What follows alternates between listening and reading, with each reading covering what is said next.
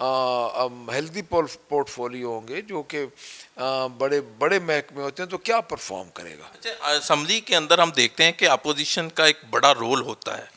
اور اب جو ہے سنا ہے آپ کا چیمبر بھی بند ہے، اور اس طرح یہ پارلیمانی روایات کو یہ تباہ نہیں کر رہے؟ دیکھیں بات یہ جی کہ 28 جون کو ہم نے احتجاج کیا،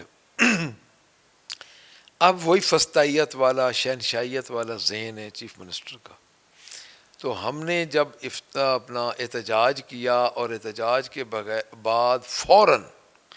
حالانکہ اسپیکر پنجاب اسمبلی ملک احمد خان صاحب کسٹوڈین آف دا ہاؤس ہیں، اور انہوں نے پورٹرے کرنے کی کوشش کی ہے پہلے 3-4 مہینے کہ ہم اپنا آپ نے کہا تھا کہ آپ اپنی کیبنٹ بھی مکمل کریں، ہاں جی اسپیکر صاحب اس کے اوپر بھی توجہ دیں۔ توجہ دیں، تو بات یہ ہے کہ انہوں نے کوشش کی ہے کہ میں اپنے آپ کو پورٹرے کروں کہ میں غیر جانبدار ہوں، ان بائسڈ ہوں، بٹ نہیں، ان کو ڈائریکشن ملی، انہوں نے اپوزیشن چیمبر لاک کروا دیا، انہوں نے اپوزیشن کا سٹاف واپس لے لیا، انہوں نے 11 ممبر سسپینڈ کر دیا، اور اب پوزیشن یہ ہے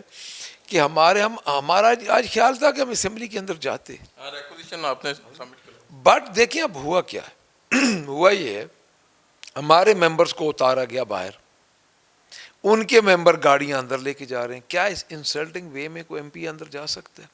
پھر ہمارے ممبر اندر گئے، انہوں نے خبر چلا دی یہ ٹی اے ڈی اے کے لیے حاضری لگانے، بھائی حاضری ہم ٹی اے ڈی اے کے ایک ایم پی ایس باہر دھوپ میں بیٹھے ہیں، وہ ٹی اے ڈی اے کے لیے بیٹھے ہیں، ڈیفینیٹلی 3-4 گھنٹے ہم بیٹھے ہیں اسمبلی کے اندر، وہ گئے ہیں کسی نے کوئی نماز پڑھنی ہے، کوئی ہمارے پاس چونکہ اسپیس ہی نہیں، ہم سڑک پہ بیٹھے ہیں، تو جب کیمرے کے اندر وہ نیچے گئے ہیں تو وہ جی آپ آ گئے جی، ان کی حاضری ان کے جو اپنے بیٹھے تھے، تو دیکھیں بات یہ ہے کہ کتنی چھوٹی چھوٹی باتوں پہ یہ باتیں کر رہے ہیں، کتنی چھوٹی چھوٹی باتوں کو یہ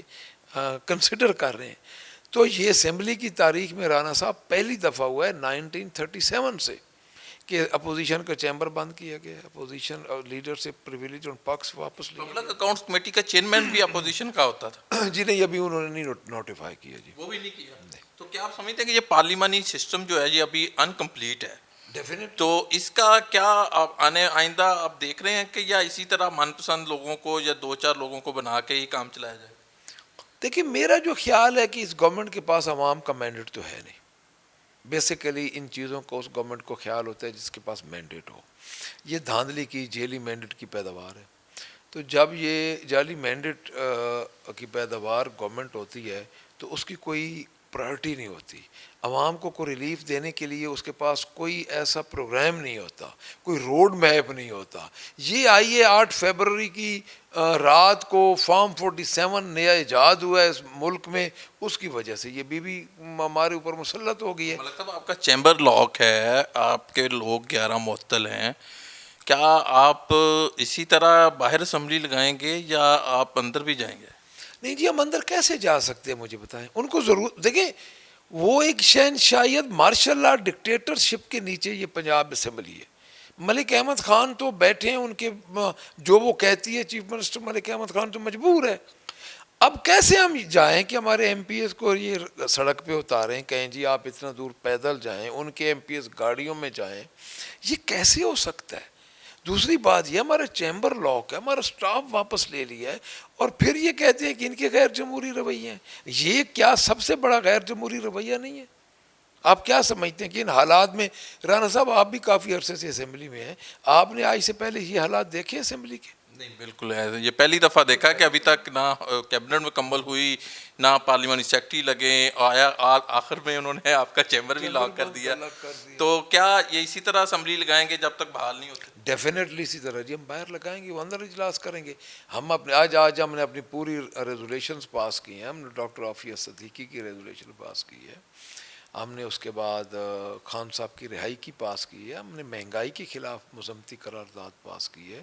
ہم نے اور چیزیں پاس کی ہیں، تو ہم تو باہر لگاتے رہیں گے، ہماری حقیقی اسمبلی یہی ہے۔ جی آپ نے یہ گفتگو سنی، ملک احمد خان اپوزیشن لیڈر تھے پنجاب اسمبلی میں، اور ان کی ساتھ میری یہ گفتگو ہوئی، اور آپ نے دیکھا کہ ابھی تک جو ہاؤس انکمپلیٹ ہے، کیبنٹ انکمپلیٹ ہے، اور اس کے ساتھ دیکھا جائے تو پارلیمانی سیکٹریز ہیں محکموں کے ہوتے تھے، وہ ان کا بڑا رول ہوتا ہے اس اسمبلی بزنس کے اندر، وہ بھی نہیں ہے، اسٹینڈنگ کمیٹی کے چیئرمینس نہیں ہیں، اور قانون سازی کے لیے بھی ان کی رائے جو بڑی اہم ہوتی تھی۔ اب جو یہ صورتحال بنتی جا رہی ہے، اس کے حوالے سے اگر دیکھا جائے تو اپوزیشن کا کہنا ہے کہ ان کا چیمبر جو ہے وہ بھی آپ نے سنا کہ وہ بھی لاک ہے۔ تو یہ جمہوری روایات جو اسمبلی کے اندر ہم نے پارلیمانی روایات ہوتی تھیں، اب جو ہے ہمیں دیکھنے کو مل رہی ہیں کہ وہ اس طرح نہیں چل رہی جس طرح ہونی چاہیے۔